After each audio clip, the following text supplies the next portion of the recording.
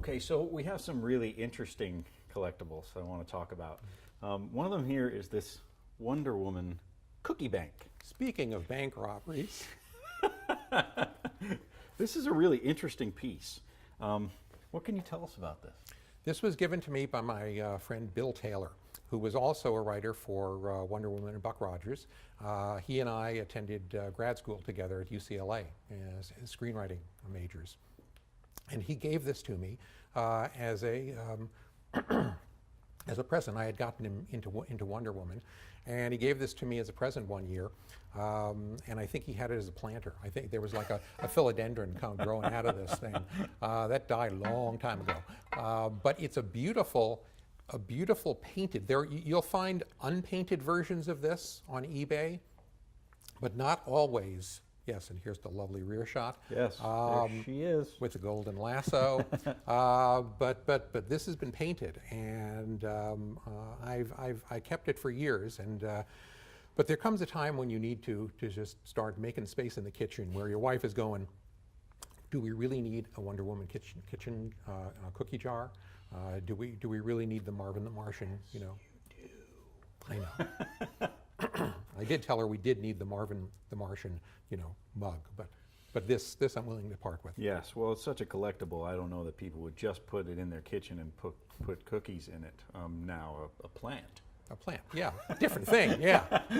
Anyway, this is a really interesting piece. I like it a lot. It's definitely different.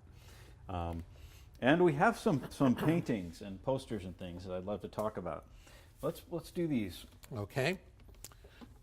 This is a painting by my friend Greg Bear, who is better known as a Nebula and Hugo Award-winning science fiction novelist.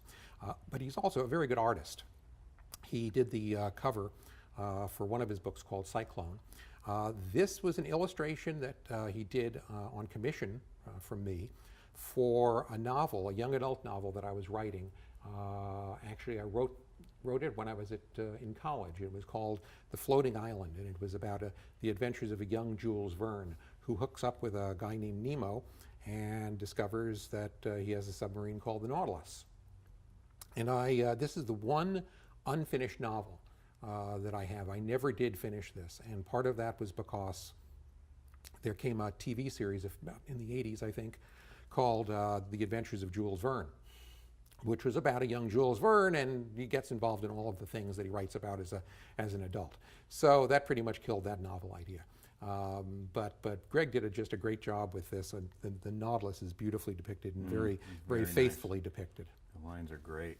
We have here in this extraordinary purple frame.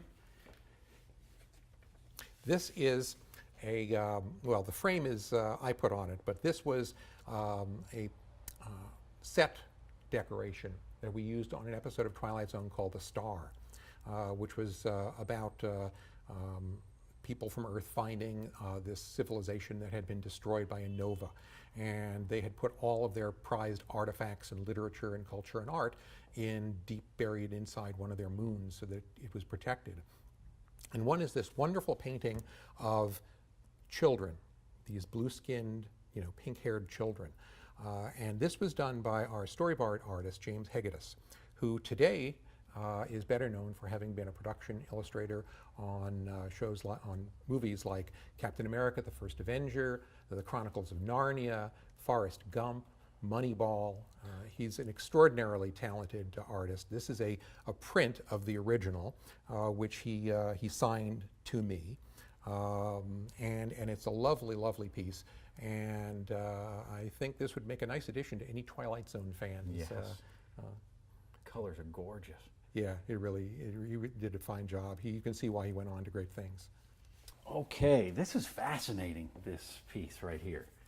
This, keeping this all in one family, this was done by Greg Bear's then wife, Tina Bear, who is now goes by the name Tina Chong. She is also she was a fine artist back then, and she's an even better artist now. I commissioned her to do this picture of the protagonists of my novel Kindred Spirits, who throughout the book appear in kind of ghostly phantom form. And what I wanted was this snow scene in the background in black and white, and then Michael and Ginny in color. And Tina did just a brilliant job with this. Did it exactly as I'd hoped for.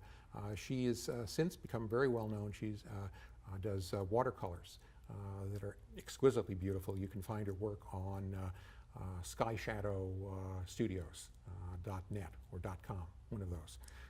But this is one of her very earliest works. Okay, this is fabulous. Self-explanatory. Yes. This was one of the original promo posters that were distributed to comic book shops for Detective 500. And I got one of these and got it framed, and it has hung on the wall of several houses of mine, but we have not had room for it in this one. And frankly, I think my wife thinks there's enough comic book stuff there on the walls anyway. Well, imagine this with a signed copy of the comic itself and a signed copy of the script. I think that is a pretty extraordinary group of items together. On sale now. Okay, I saved this for last. The best for last. It is the best. Because it's just too amazing. Okay, I'm going to keep it on the ground because if we lift it up, it'll just be, we'll die. We'll get a hernia, yes. Okay. This, believe it or not, is a prop from an episode of Simon & Simon I wrote called The Wrong Stuff, which was starred Diane Kay. Diane Kay from 8 is Enough.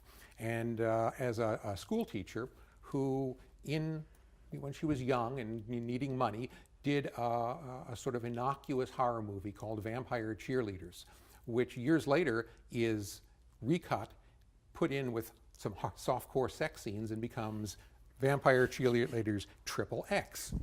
And this she discovers hanging outside of a theater one day while taking her class on a field trip. And they're all looking out going, "Oh, Miss Smith, isn't that you? Isn't that you? And she winds up hiring the Simons to find out, what happened here. And this book, this poster is notable for, this is actually not a poster. This is the original. It is done on plasterboard. It is heavy as all hell. Wow. But other, I wrote, first of all, all the copy down there, if anyone cares. Behind the pom-poms beat the ravenous hearts of demons lusting to be set free. Possibly some of my finest prose. Translated all over the world. Available nowhere else. But the neat thing about this is that is twofold. First, somebody actually did wind up making a movie called Vampire Cheerleaders. I think it might also have been sort of a semi-softcore thing, but I've seen it listed in TV listings. I've never seen it. Obviously, I get no royalties.